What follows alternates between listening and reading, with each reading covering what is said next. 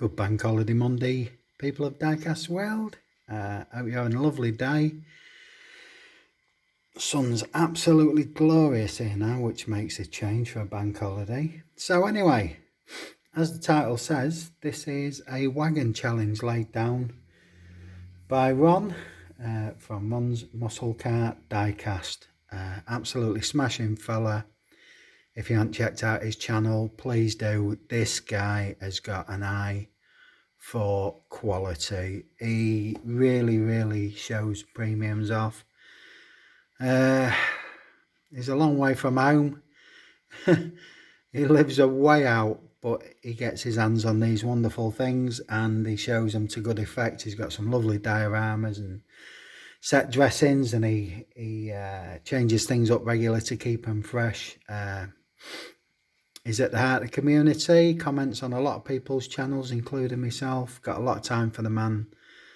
Love everything he does. So Ron, this one's for you, and this is the challenge you put out for wagons. Now, wagons are it's not something I do a lot of, but then when I got diving into my collection, I found, I don't know, under 20 pieces. But I've got it down to 10 to fit the mandate, and so we'll crack on and do my 10 best favourite wagons. We call them estate cars in England, so it's a term that I've become used to through the collecting community, but in England these are not wagons, they're estates. I've got as good a variety as I can, mostly Hot Wheels, few Matchbox and a green light thrown in there, so let's crack on then. So this is in 10th place, and this is the Hot Wheels 1970 Chevelle SS Wagon. We've all seen this one before. I think I've got about 4 individual ones now in various colour liveries. I've got a blue one, I've got a red one, got this green one obviously, and I can't remember what other colour I've got. They're either art car series. I think this is art cars because they like to put Hot Wheels on them, don't they? Oh, yeah, sorry. Yeah, the other one I've got is that airy-gairy, swirly, tie-dye hippie affair, of which I quite like. But yeah, I think most of these are from the art car series, hence the Hot Wheels. Good, strong casting. I do like the SS. Nothing too much detail wise, but again these are not much more than $1 in America and about £1.40 here. But yeah, I like these. I like these. Good heavy casting, a lot of metal in them. So we'll put them on the old rotisserie to cook slowly. And the next one up is another Hot Wheels. Again, you've seen this one. I like this colour variation. It's 1964 Chevy Nova Gasser. In that by now famous jerry rigged livery. Got the blue one. Got this grey variation, of which I prefer to the blue. It somehow looks a bit meaner, and these grey wheels tend to suit it better. Nice big old gasser there.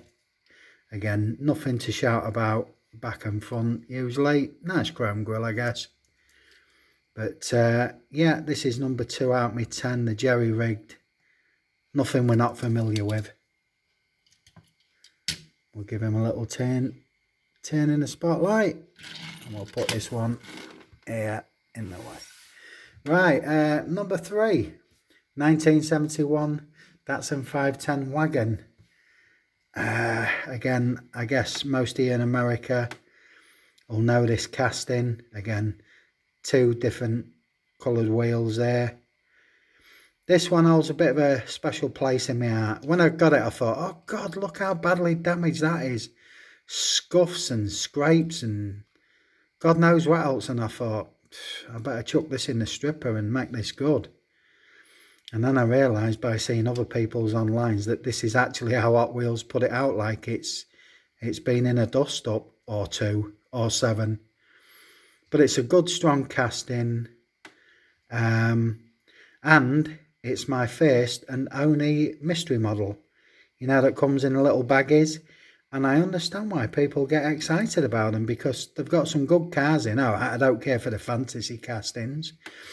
I've learnt that you can identify what's inside. However, we don't get these in the UK mystery models, and that's a shame, because I'd love to have the excitement. Again, I was thrilled. It was Fireman 1988 that sent me this one, and it's got a good place in my collection. However, Ron, if it's okay with you, I think I would like to get rid of the tampos, put a great set of wheels on and make it look like an actual 510, and I think that'd look better than what I've got here. If you say no, I'll respect that. I like it as it is, but I think we can do better with that one. So we've got 3 going there. Oh, we'll give him a turn in the spotlight, just a little turn.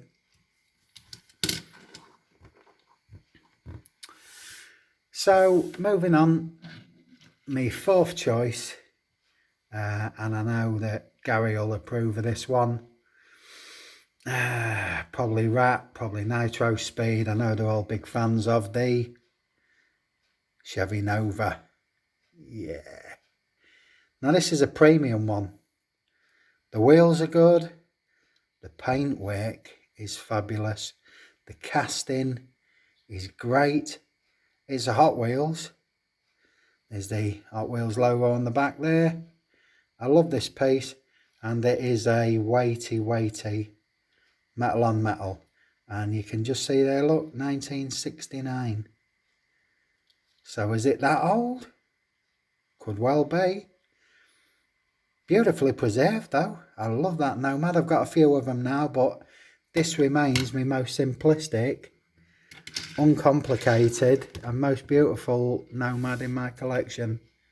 I absolutely love it. I think that's a prime example, and I ain't seen too many of them around in other people's collections, so I don't know about the age thing on there. Somebody will know. Anyway, moving on, middle of the road, 5th choice, Hot Wheels Volvo 850 Estate. We all know this one in the rally livery. Quite a nice job. Again, I think I've got a spare one, so I might get rid of the tampos on that one, put a different sort of striping kit on, change the wheels. This is a standalone piece, is alright, fits in nicely. I have seen my friend Daddy Pra, he did a wheel swap on it, which made it look great, but then he also put a roof racking kit on here, and he turned it into a Tourer, and it looks, I have to say, it looks fantastic. It's so much more than it was, and it shows you that these little tweaks can make all the difference. And I commented, so well done, Eddie Pryor, that was a lovely custom job you did. I might even follow suit, I don't know. But there we go, we'll give him a turn on the rotisserie. So moving into my top 5 now, and we've got 1964 Chevy Nomad Gasser. I have a Nomad Gasser, let me just check that doesn't sit right with me. Yeah, it is Chevy Nomad Gasser. The shape is just very square. This I only found the other week. Remember me telling you I found the wacky art car that was the Bone Shaker, and I said there was 2 cars hanging on a plastic ribbon, and this was the other one. And I'd noticed that this one's doing the rounds in the States just lately. It's a bit different to the other gassers, like the jerry rigged and that. I think there's a bit more to this one.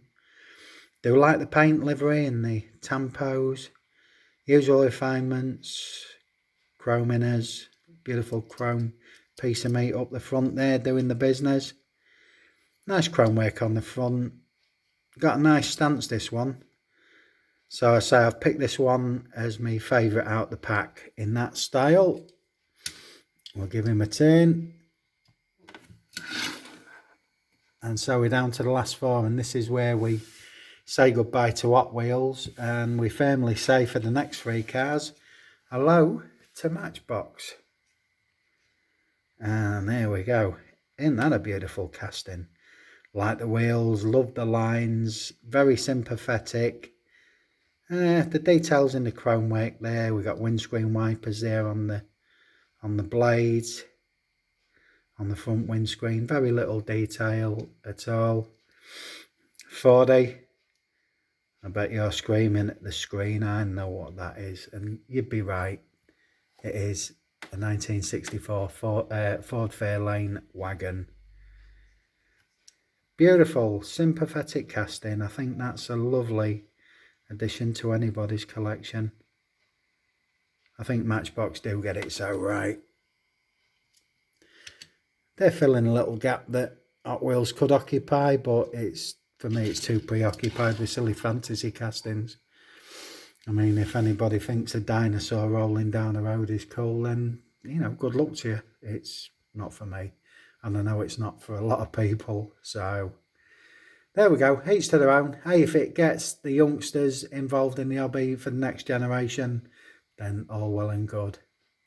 So we're keeping that Matchbox theme going, and we've got a Mercedes-Benz W123 wagon. Most of you'll notice this one as one of the recent additions to their collection, coming out late last year, early this year, depending on where you were. Wheels are not accurate, but it doesn't subtract from the overall look of the car. The colour is absolutely a la mode. That is of the time period. I remember these on the roads of Great Britain. Some nice detailing on the back there. Look, you get the badge, you get the model number, you get the lights, you even get a license plate. So this is Matchbox doing it right. Again, little chrome dot headlights picked out there. I think that's clever. A nice sunroof, a nice tan interior, and without ever being outstanding, I think this is a beautiful casting. I think it's very faithful to the shape. I think the proportions and the lines are good. So we'll swap the Fairlane over, put the make on, and we get to my top two. Next one, without being a premium, is a special piece for me. Let's just get these in the foreground so we can see these. Just realised they weren't in shot. Naughty mate. Yeah, it's a special piece to me because my good friend David John sent me this. It's not a premium quality one. It is to me. But what I mean by that is it isn't decked out back and front in good detail. It's got a plastic base on it, but it is a weighty piece. And I do like the look of it because this screams Forever America to me. And that's a 1971 Oldsmobile Vista Cruiser. And as you can see, it's got that wooden body trim. Well, this is the only piece I've got that's like this. And again, you know, watching shows like Starsky and Hutch, The Bionic Man, Dukes of Hazzard, Smokey and the Bandit. Oh, God, the list goes on and on, doesn't it? Columbo. Oh, what's the bald-headed guy? Oh, Kojak. You know, these cars were a day-to-day feature. I mean, we wouldn't see anything like this on the roads of Great Britain of that time period. We had more the Ford Cortina estate and the Ford Granada. And then I struggle to think of things that sort of remotely look like this. But again, this evokes childhood memories of my idea of what America was about then. Big gas guzzlers, but what you pay for your fuel is only a patch on what we have to pay over here. So, but yeah, I like this style of car. I will try and get hold of some premium pieces of this style. But again, you know, the casting's great, the colour scheme's great, the simulated wood's good. The wheels go with it. I don't know whether they're authentic. You get a bit of a roof rack on the top there. Lovely deep lustrous gold paint. Sunroof. We've got by now the famous two dogs in the back there, both of them black. Not doing a very good job of hiding that crude post there. But again, I've kept this in good nick because this is off a good friend and it's treasured as such as well. So, Make big on. Oldsmobile, it's your turn in the spotlight. And that leads me to my number one choice, of which you have all seen this one before, whether you can remember it or not. You know, I run VW cases. You know, I've got a bit of a fetish for the VW, especially the buses. And when I showed this, people were going, oh my God, where did you get that from? It's wonderful. I've never seen it. And this is a green light, so we're talking premium now. And it's a 1965 Type 3. And I absolutely love it. As with anything green light, you come with a serial number, and this one's 3238. Again, there we go. In that beautiful Gulf livery, which I know most of us collect. Good accurate blacked out wheels. There you go, Mike, bit closer for you, sir. That famous Gulf racing, lovely detailed roof rack on there, two-tone look. Silver rails, black boards. As you can see, the lid, the rear lid, I suppose you'd call that the trunk in America. We just call it the boot.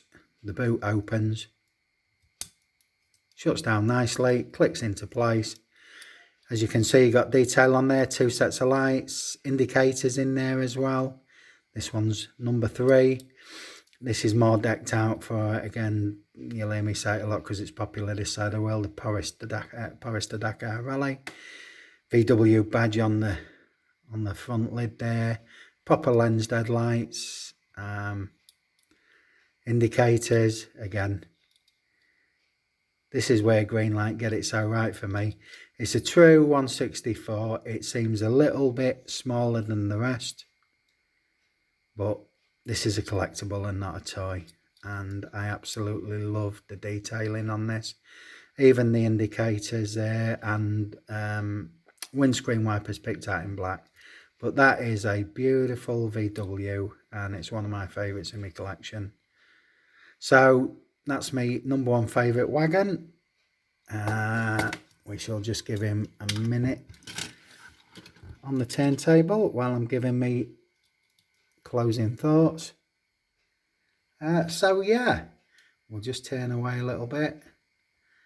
And that's, for me, the best 10 wagons I have in my collection. I say I don't have too many of them. It's not something I crave. The gases, yeah, the SS Chevelles in the Art Card and Daredevil Driver series, they're nice. The gift from David John's beautiful. The gift from Fireman Food 1988 is beautiful. And this one, this little fella going around here, I purchased myself from, you'll hear it often because it's about the only outlet in the UK I know where we can get these things, albeit at a premium price, and that's Model Matic of York. So Ron, all the best to you, sir. I hope this fulfills your challenge nicely. Thanks for laying it down. I've seen other great videos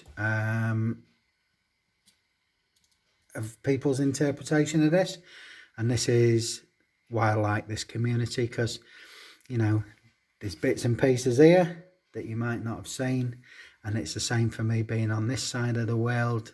You bring out stuff that I don't see, and so it maybe gives you something to aim for if you haven't got it, and you can maybe try and source it out. You maybe have one or two good friends like I do that help out, and vice versa, and that makes the world go round a little bit. And so, Ron, I hope you're happy with this contribution to your challenge. Again, please check out Ron's Muscle Car Diecast. Great guy, great channel, great member of the community, puts a lot of work in, and yeah, thoroughly decent entertainment. So, from a sun-soaked England on a Sunday afternoon, night tea time, night dinner time, my stomach's rumbling.